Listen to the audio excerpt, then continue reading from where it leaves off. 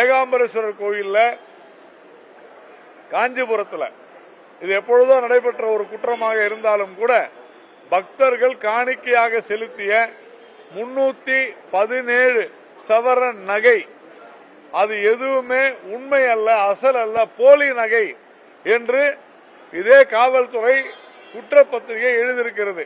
அப்படிப்பட்ட ஒரு மோசமான 317 சவரன் எத்தனை கோடி என்று கணக்கிட்டுக் கொள்ளுங்க.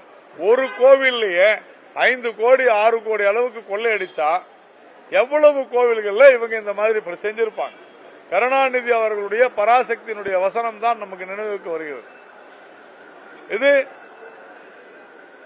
கோவில்கள் கொள்ளையர்களின் கூடாரங்களாகி வருகின்றன என்று கருணாநிதி சொல்லி இருக்கிறார். அதுபோல இன்னைக்கு கோவில்கள் கொள்ளையர்களின் கூடாரங்களாக, குறிப்பாக இந்து அறநிலையத்துறையினுடைய கூடாரமாக